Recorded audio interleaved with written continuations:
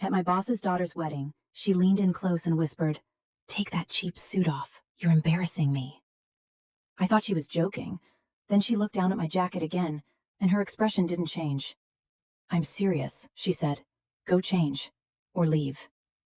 My name is Camilla Reeves. I'm 32, and at that moment, standing under crystal chandeliers, surrounded by 300 guests, I realized I wasn't invited there as a guest. I was invited as a reminder of where I came from. The suit wasn't cheap. It was the only one I owned. I had it tailored 2 days ago, paid for it in cash after working extra shifts at the office my boss owned. Her father. I'd worked under him for 4 years, late nights, weekends, covered mistakes that weren't mine, built deals he took credit for. And tonight, I was standing at his daughter's wedding, like I didn't belong in the same room. "I'm not changing," I said quietly. For a second, nothing happened. Then, crack. Her hand hit my face so hard, my earrings snapped loose. The room didn't go silent right away. It happened slowly, like people realizing something had just gone very wrong. I didn't move. I didn't react. But someone else did. A man stepped forward from the crowd, caught her wrist, mid-air, and said 8 words that made my boss drop his glass. "You don't touch her again, not in my presence." His voice wasn't loud, but it carried, the kind of voice people don't ignore, because it doesn't need volume to command attention. For a second, no one moved. Her wrist was still in his hand, suspended in the air like time had paused around it. She tried to pull back, but he didn't tighten his grip. He didn't need to. The control was already there. "Let go of me," she snapped, louder this time. Not embarrassed, angry. He released her slowly. No rush, no apology, just certainty. That's when I saw my boss, standing near the head table, frozen. His face had gone pale in a way I had never seen before, not even when a $1 million deal almost collapsed last year. "Sir," someone whispered near him, but he didn't respond. He was staring at the man, not with anger, with recognition, and something else, fear. I turned back to the man who had just stepped in for me, mid-40s maybe, clean suit, no tie, the kind of presence that doesn't try to impress, because it already knows it doesn't have to. He looked at me briefly, not with pity, not even with concern, just a small, almost invisible nod, like he had confirmed something to himself. Then he turned toward my boss, and that's when everything shifted, because my boss, my untouchable, always in control boss, took a step back. Like, he already knew what was about to come next. No one spoke, not the guests, not the band, not even the staff moving around the edges of the room. Everything slowed, but nothing stopped. My boss cleared his throat. "Sir, I didn't expect you here." His voice was different, careful, measured. I had never heard him speak like that, not to anyone. The man didn't answer right away. He just looked around the room, taking in the decorations, the guests, the scene. Then his eyes landed back on me. "She works for you?" he asked. Simple question. But something about it made my boss hesitate. "Yes," he said finally. "She's part of the team." Part of the team. That's what I'd been reduced to. After everything. The late nights. The pressure. The silent expectations. The man nodded slowly. "I see." He stepped closer. Not toward me, toward my boss. Close enough that no one else could pretend this wasn't personal anymore. "I reviewed the quarterly reports last week," he continued. "There were numbers in there that didn't match your projections." A pause. My boss swallowed.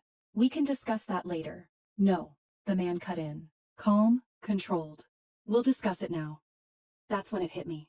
This wasn't just some guest. This wasn't a random interruption. Whatever this was, it had been building long before tonight. My boss forced a smile, glancing around at the guests. "This isn't the time. Actually," the man said quietly, "this is the perfect time." And for the first time, that night, my boss had nothing to say. The room wasn't just quiet anymore. It was watching. Every guest, every whisper, every half-raised phone, waiting. My boss adjusted his cufflinks like he could fix this with posture, alone. "We're in the middle of my daughter's wedding," he said, forcing a laugh that didn't land. "Whatever this is, it can wait." The man didn't smile. "4 vendor contracts," he said evenly. "Inflated. Same shell company. Same signature." A pause. "Yours." I felt it before I understood it. A shift. Like the ground under the room had just moved, and only a few people realized it. "That's a serious accusation," my boss replied. But his voice had lost weight. It's not an accusation, the man said. It's a verified audit. Someone near the back let out a quiet, "Oh my God." My boss's daughter, still standing a few feet from me, still angry, looked between them, confused now. "Dad, what is he talking about?" No answer. The man reached into his jacket, pulled out a thin folder, and held it up just enough for my boss to see. "Internal review. Signed this morning." My boss didn't take it, didn't even move, because he already knew what was inside. "You've been moving money through that account for 18 months, the man continued, and you used her department to cover the discrepancies. Her. He meant me. My chest tightened. I hadn't known. But suddenly, everything made sense. The late night revisions, the numbers that never aligned, the deals that always felt off. My boss finally spoke. Quiet. "Not here." The man tilted his head slightly. "You chose the place," he said. And that's when my boss's composure broke. Just a crack, but enough for everyone to see it. No one looked at me the same after that. Not the guests, not the staff, not even the woman who had just slapped me. Because suddenly, I wasn't just an employee anymore. I was part of something much bigger and Camilla, my boss said, turning toward me for the first time since everything started. His tone had changed again, softer now, controlled, dangerous. "Step outside, we'll talk privately." I didn't move. For 4 years, I had done exactly what he said. Stayed late, stayed quiet, stayed loyal. But tonight, I stayed still. "I think we can talk here," I said. Not loud, not emotional, just done. A few guests shifted uncomfortably. Someone near the front pulled out their phone completely now. No more pretending. My boss's jaw tightened. "This isn't a request." "I know," I replied. That's when the man beside him spoke again. "She's not going anywhere." Simple, final. My boss exhaled slowly, like he was recalculating everything in real time. "Fine," he said. "Then let's be clear." He turned slightly, making sure people could hear, but not enough to look like a scene. "Those reports you worked on," he said to me, "you signed off on them." My stomach dropped. Not because he was wrong, because he was setting me up. "If anything is wrong with them," he continued carefully, "you're responsible too." There it was, the real move. Blame. And for a second, I understood exactly what he was trying to do, but what he didn't understand yet was that I had already prepared for this. Long before tonight. For a moment, it worked. You could feel it in the room, that quiet shift, where people start questioning what they just saw. Because blame is powerful, and he knew how to use it. I saw it in the guests' faces. Confusion, doubt, calculation. Maybe she was involved. Maybe this wasn't so simple. I let the silence sit. I didn't rush to defend myself, because this wasn't the first time I had seen this version of him. Careful, strategic, always one step ahead, except, not this time. "You're right," I said. A few heads turned. Even the man beside me glanced at me, just briefly. "I did sign those reports." My boss nodded slightly, like the ground was stabilizing again. "But," I continued, "I also saved every version before they were changed." That was the first crack. Real one. Small, but sharp.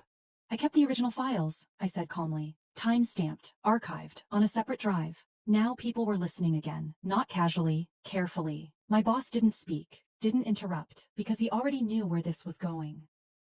"You had me revise those numbers," I added. "Late nights, last-minute edits. Every time something didn't match, you told me to adjust the presentation." A pause. "You never said adjust the truth, but that's what it was." The man beside him stepped slightly forward, interested now, not surprised, like he'd been waiting for this exact moment. My boss finally spoke, low. "You're making a mistake." I shook my head. "No," I said quietly. "This is me fixing one." The room had completely turned now. No more whispers. No more guessing. People weren't watching a wedding anymore. They were watching a collapse. "I can bring the files," I said. "Right now." My boss's daughter laughed, sharp, defensive. "This is insane," she said. "You're really going to ruin this night over, what, office drama?" I didn't look at her, because this was never about her. "I already sent them," I said. That landed, hard. My boss's head snapped up. "To who?" he asked. Not angry. Not yet. Worried. That was new. I met his eyes. The same person